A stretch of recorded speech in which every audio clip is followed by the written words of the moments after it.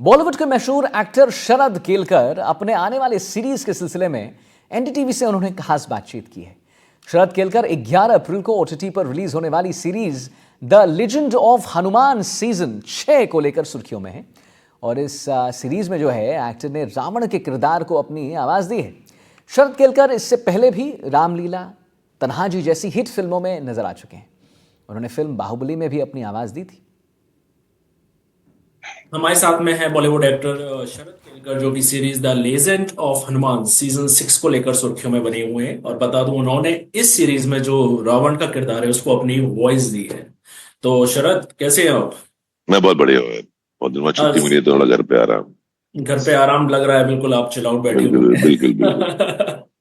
मैं ये जानना चाहता हूँ कि आप एक एक्टर के साथ साथ काफी अच्छे वॉइस ओवर आर्टिस्ट हैं। आपने काफी फिल्मों में अपनी आवाज दी है। अब आप द लेजेंड ऑफ हनुमान में रावण के किरदार को आप आवाज दी है आपने।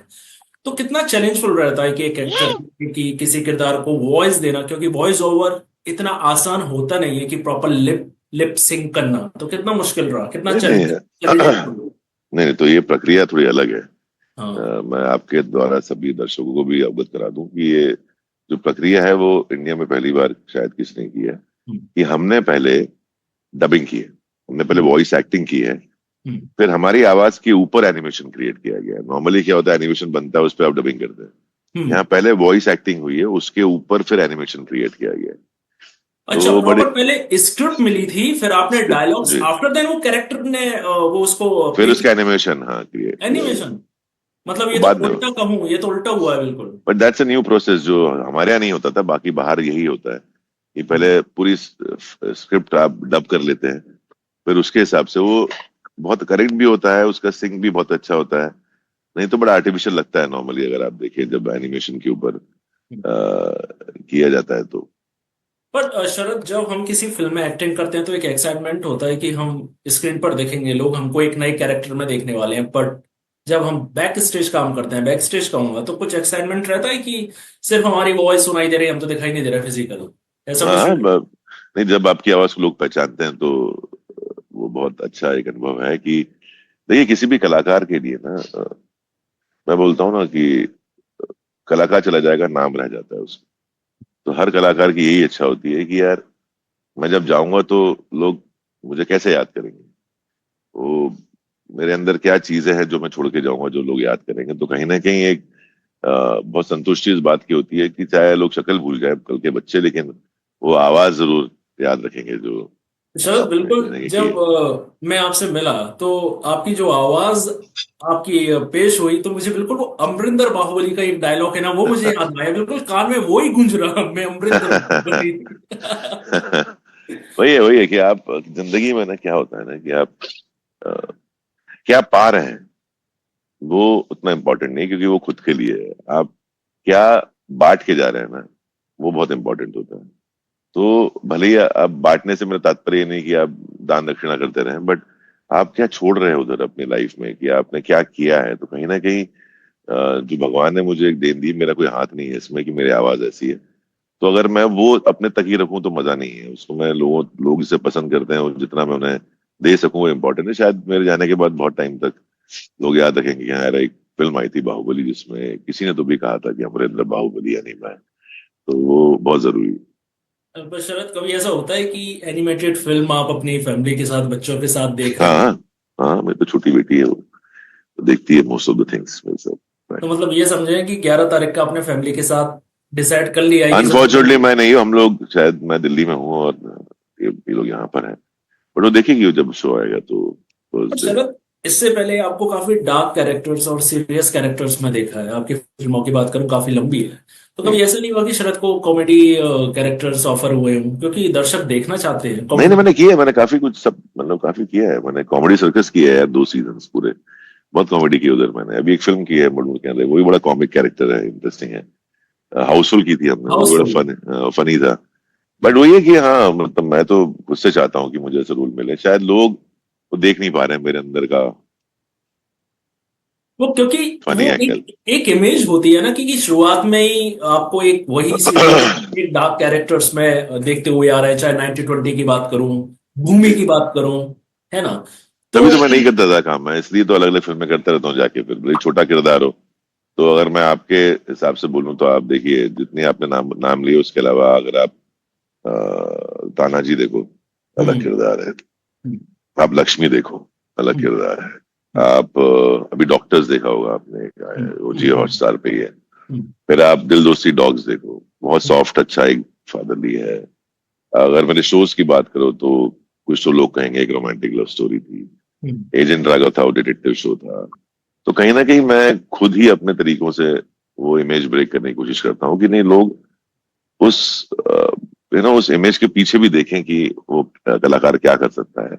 बट अब ये तो लोगों के नजरिए की बात है, मैं जो डायरेक्टर्स हैं, प्रोड्यूसर्स हैं, जो राइटर्स हैं, वो देखें। मैं हम्म। तो खुद बहुत देखता रहता हूँ अपने आप को कि मैं क्या कर सकता हूँ या क्या नहीं।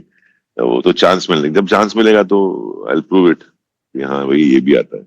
आपने बोला कि लक्ष्मी में आपने अलग कैरेक्टर किया, आपने छत्रपति शिवाजी का भी किरदार निभाया, तो ऐसा कोई कैरेक्टर है जो आप करना चाहते हैं पर अभी तक आपको ऑफर नहीं हुआ हो? एक नहीं रहता है ड्रीम नहीं कैरेक्टर। नहीं, मैं बहुत ज्यादा सोचता नहीं हूँ लाइफ में। मैं वो ओवर थिंकिंग का भी की बीमारी से ग्रस्त नहीं हूँ। जो आधी जनसंख्या क्या 90% जनसंख्या जिस समस्या से जूझ रही है, मैं बिल्कुल शिकार नहीं हूँ, मैं ओवर थिंक नहीं करता। आज क्या है मेरे पास, मैं उसमें बिलीव करता हूँ। तो मैं कभी ये नहीं सोचूंगा कि यार मैं वो ऐसा करूं कुछ, ये ऐसा कुछ करूं, या ये मैं ले लूं, या मैं कुछ नहीं करता। जो आज है वो है। आज अगर हमने व्यर्थ कर दिया कल की सोच के लिए, तो फिर कल भी आप व्यर्थ कर देंगे परसों की सोच के लिए। बेटर है आज में जिए, आज एंजॉय करें। आप बैठे हैं, आपसे बात कर रहे हैं, चिल कर रहे हैं, क्या चाहिए और नहीं। हमने काफी एक्टर्स के इंटरव्यूज देखे जिसमें कहते हैं कि जब हमारी फिल्में रिलीज होती हैं तो हम खुद मल्टीप्लेक्स में जाते हैं, एक छोटा सा वो नहीं होता जहां से हम देखते हैं, है हम्म। ना, पब्लिक का रिस्पॉन्स। या तो आप कभी ऐसा हुआ है कि अपनी फिल्म आपने खुद रिस्पॉन्स हम्म। देखने के लिए आप गए हों? मैं तो या बहुत जाता हूँ देखने के लिए, काफी अच्छा, सारी कौन सी गए, कौन सी गए आप? बट क्या होता है, जो फिल्में मैं करता हूँ, मैं अब बीइंग वेरी ऑनेस्ट, जब मैं फिल्में करता हूँ और कि हम लोग फिल्म पहले देख लेते हैं, स्क्रीनिंग पहले हो जाती है हमारी, तो मुझे लगता है कि हाँ फिल्म बहुत अच्छी बनी है, अच्छा काम है, तो मैं जाता हूँ थिएटर में। नहीं तो मैं नहीं जाता थिएटर। मुझे पता है कि पब्लिक गाली दे रही होगी वहां बैठ के, तो कोई मतलब नहीं हो जाएगी।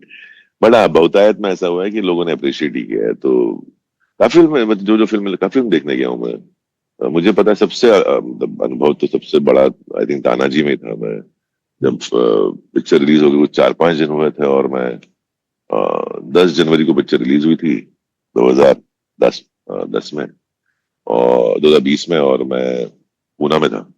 हम्म, तो मेरा एक कुछ इवेंट था शाम को, और मैं दोपहर को पहुंच गया था वहाँ। तो मैं एक मल्टीप्लेक्स से पहुंच गया अंदर जाके, और तो पहचान लिया एक तो लोगों ने मुझे, ऑब्वियसली भी साल से कहा।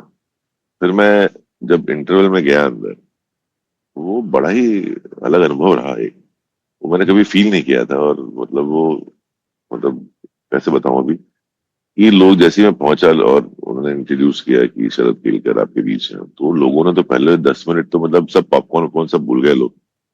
किसी को वॉशरूम, वो भी भूल गए वॉशरूम जाना, और सब लोगों ने पहले तो महाराज के का जयकार किया 10 मिनट तक।